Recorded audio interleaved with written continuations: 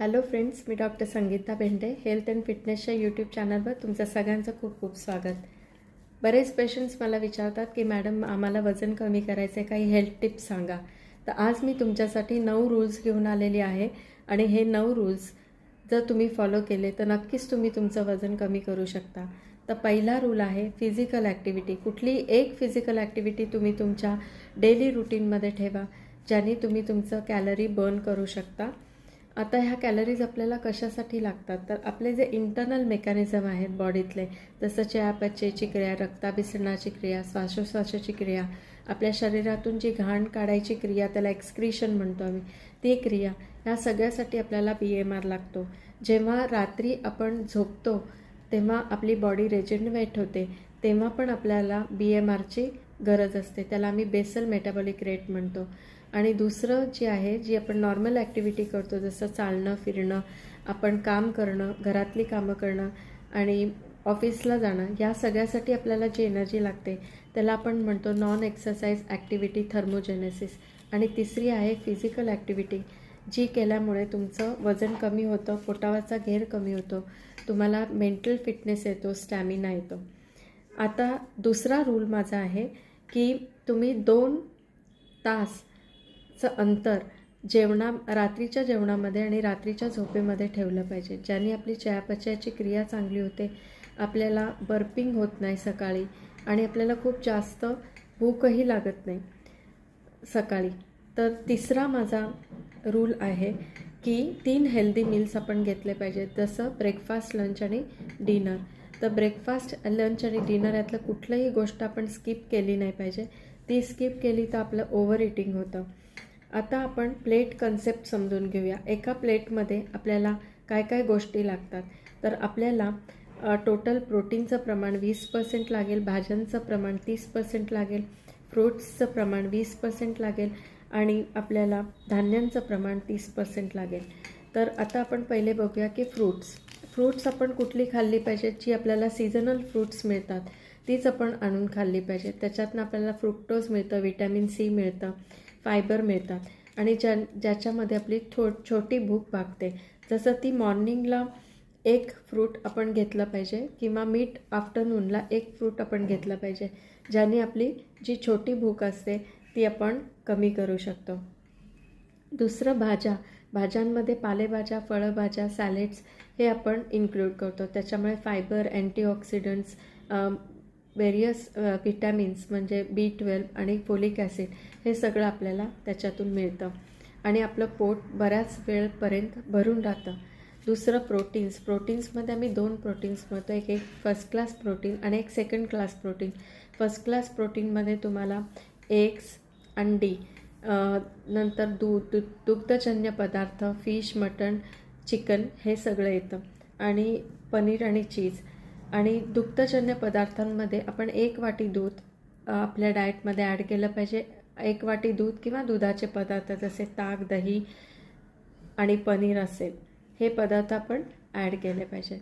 त्याच्यानंतर ड्रायफ्रूट्समध्ये आपण बदाम, पिस्ता, अक्रोड ह्याच्यामधून ओमेगा 3 फॅटी ॲसिड्स आपल्याला मिळतात. तसंच ज्या मिक्स सीड्स असतात, सनफ्लॉवर, पंपकिन, जवस, तीळ, ह्याच्यातून आपल्याला ओमेगा 3 फॅटी ॲसिड्स मिळतात, फायबर्स मिळतात आणि आपल्याला मॅग्नेशियम आणि मायक्रोन्यूट्रियंट्स मिळतात आणि हे खाल्ल्यामुळे आपला बराच वेळ पोट भरल्यासारखं वाटतं. नंतर धान्यांमध्ये आपण ज्वारी, बाजरी, नाचणी, गहू, जवस असे सगळे धान्य घेऊ शकतो. पण आहारात जर आपण भाकरी घेतली तर ती पचायला सोपी, त्याला तेल लागत नाही, त्याची क्वांटिटी पण आपण कमी प्रमाणात घेऊ शकतो कम्पेअर टू चपाती. पण चपाती खायलाही काहीच हरकत नाही. पण ती पोळी जर तुम्ही तेल लावून, तूप लावून, तळून असं काही खाल्लं तर त्याच्यामुळे तुमचं वजन वाढू शकतं. मैदा हे रिफाईंड कार्ब आहे, हे आपल्याला न घेतलेलं बरं, कारण त्याच्यामुळे इन्शुलिनची लेवल पटकन वाढते. मग पेशंट प्रश्न विचारतात की मॅडम आम्हाला भात किती खायचा आणि कुठल्या प्रमाणात खायचा. तर भात हे तुम्ही खाऊ शकता, तर क्वांटिटी भाताची कमी केली आणि त्याच्यामध्ये जर तुम्ही फायबर म्हणजे जसं प्रोटीन ॲड केलं, काही जणं चिकन ॲड करतात, काही जणं त्याच्यामध्ये सोया ॲड केलं किंवा भाज्या ॲड केलं तर त्याची क्वांटिटी कमी होते आणि बऱ्याच वेळ तुम्हाला भूक लागत नाही. मग तेव्हा तुम्ही चपातीचं प्रमाण कमी ठेवलं पाहिजे. आणि भाताला बरेचसे ऑप्शन्स आता आलेले आहेत, जसं क्विनोवा आहे, भातसडीचा तांदूळ जो पूर्वी लोक खायचे आणि त्याला राजगीर आहे एक ऑप्शन आहे. हे सगळे ऑप्शन्स असल्यामुळे ते तुम्ही तुमच्या डेली डाएटमध्ये ॲड करू शकता.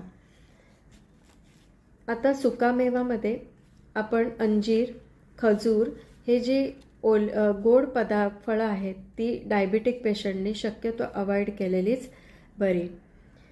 प्रोसेस फूडला आपण जास्त प्रमाणात खाऊ नये, त्याच्यामुळे आपलं वजन वाढतं. जसं बर्गर, पिझ्झा, फ्राईड फूड्स आहेत ते आपण कमी प्रमाणात घेतले पाहिजेत. आता चौथा माझा रूल आहे तो short breaks, 4 short breaks. 4 short ब्रेक्समध्ये जर एखादा माणूस 8 तास काम करत असेल लगातार आणि दुसरा माणूस जर 8 तासामध्ये 4 ब्रेक घेत असेल तर कुठल्या माणसाची प्रोडक्टिव्हिटी जास्त असणार?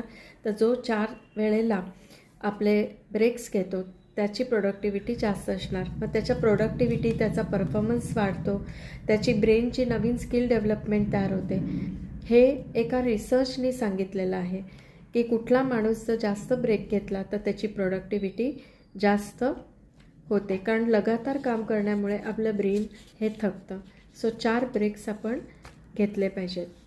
व हे ब्रेक्स आपण कसे घ्यायचे तर आपण डेस्कटॉपवरून उठून थोडेसे स्ट्रेचेस करणं किंवा मोबाईल घेऊन चालणं किंवा आपला डेस्कटॉप लावणं किंवा आपण फोन चालत घेणं किंवा चहा किंवा कॉफी घेण्यासाठी आपण स्वतः जाणं, हे जर केलं तर आपण आपले ॲक्टिव्हिटी करू शकतो.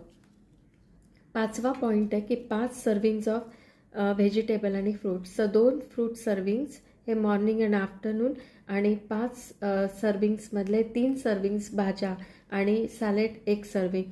सो 2 सर्विंग्स भाज्या आणि 1 सर्विंग आपलं सॅलेड असलं पाहिजे. आणि 6वा पॉईंट आहे 6 मिनिट्स मेडिटेशन. 6 मिनिट्स आपण मेडिटेशन केल्याने काय होतं की आपल्याला मेंटल हेल्थ इम्प्रूव्ह होते. सो 6 पॉईंट आहे की 6 मिनिट्स ऑफ मेडिटेशन आपण केलं पाहिजे आणि त्याच्यामध्ये आपण 6 मिनिट्स योगा केला पाहिजे किंवा मेडिटेशन केलं पाहिजे किंवा विपासना केली पाहिजे, ओंकार केला तरी चालतो. तो 1 मिनिट आपण डीप ब्रीदिंग एक्सरसाइज करावा आणि 5 मिनिटं आपण ओंकार, विपासना किंवा अदर प्राणायाम करावे. 7वा पॉईंट आहे that stands for 7 hours of sleep. आता अमेरिकन अकॅडमी ऑफ स्लीप मेडिसिननी एक रिसर्च पेपर आणला, त्याच्यामध्ये त्यांनी सांगितलं की जसं तुमचं वय वाढतं तशी तुमची झोप ही कमी कमी होत जाते. तर ॲडल्टला 7 तासाची झोप ही फार गरजेची आहे.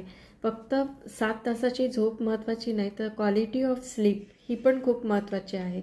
तर 7 तासाची जर झोप आपण घेतली तर आपलं माइंड हे शांत राहतं, आपल्याला कॉग्निटिव्ह बिहेवियर आपले वाढतात, त्याच्यानंतर हार्ट डिसीज होत नाही, स्ट्रोक्स होत नाही, डायबिटीसला पण आपण दूर ठेवू शकतो. 8वा माझा रूल आहे तो म्हणजे 8 ग्लासेस ऑफ वॉटर. ह्याच्यामध्ये आपण कोल्ड्रिंक, सोडा, अल्कोहोल ही पेय जर आपण लांब ठेवली आणि जर आपण पाणी हे पिलं, गरजेचंच आहे पाणी पिणं हे, आणि हे जर आपण केलं तर आपला मेटाबॉलिझम बूस्ट होतो, आपल्या पचनाला मदत होते आणि आपले टॉक्सिन्स आपण शरीरातून बाहेर काढू शकतो. 9वा आहे तो 9000 स्टेप्स. जर आपण चाललो तर म्हणजे आपण हे 9000 स्टेप पूर्ण दिवसभरात करू शकतो. मग पेशंट विचारतात की 10,000 का नाही, 12,000 का नाही? तर वेल अँड गुड, तुम्ही 10,000 12,000 करू शकता, पण मिनिमम 9,000 स्टेप्स करणं हे आपल्याला फार गरजेचं आहे. आणि ते असं जरुरी नाही की एकाच वेळेला आपण ते स्टेप्स केले पाहिजेत. त्याच्यासाठी आपण स्मार्ट वॉच किंवा मोबाईलमध्ये पण ॲप लावून हा ट्रॅक करू शकतो. दुसरं पण फास्ट स्पीडने चालायला पाहिजे असंही नाही. आपलं एज असेल तर त्या व्यक्ती मॉडरेशनमध्येही हे एक्सरसाइज करू शकतात. तर त्याचे बेनिफिट्स मी तुम्हाला एक्सरसाइज या व्हिडिओमध्ये सांगितलेलेच आहेत, पण परत सांगते की त्यांनी आपला बॅलन्स इम्प्रूव्ह होतो, आपली मसल स्ट्रेंथ वाढते, आपली एनर्जी वाढते, आपला स्ट्रेस कमी होतो. आणि वॉकिंग करणं, फोनवरती चालणं किंवा आपण गाडी पार्क जी करतो ती दूर करणं मॉलच्या, त्याच्यामुळे आपलं तेवढं वॉकिंग होतं. हे जर 9 रूल्स तुम्ही फॉलो केले तर नक्कीच तुम्ही तुमचं वजन कमी करू शकता. हा व्हिडिओ जर तुम्हाला आवडला असेल तर ह्याला लाईक करा, शेअर करा, सबस्क्राईब करा आणि कमेंट बॉक्समध्ये कमेंटसुद्धा लिहा. पुढचा व्हिडिओ मी तुमच्यासाठी डायबिटीज आणि त्याचं डाएट ह्याच्यावरती घेऊन येणार आहे. Thank you so much.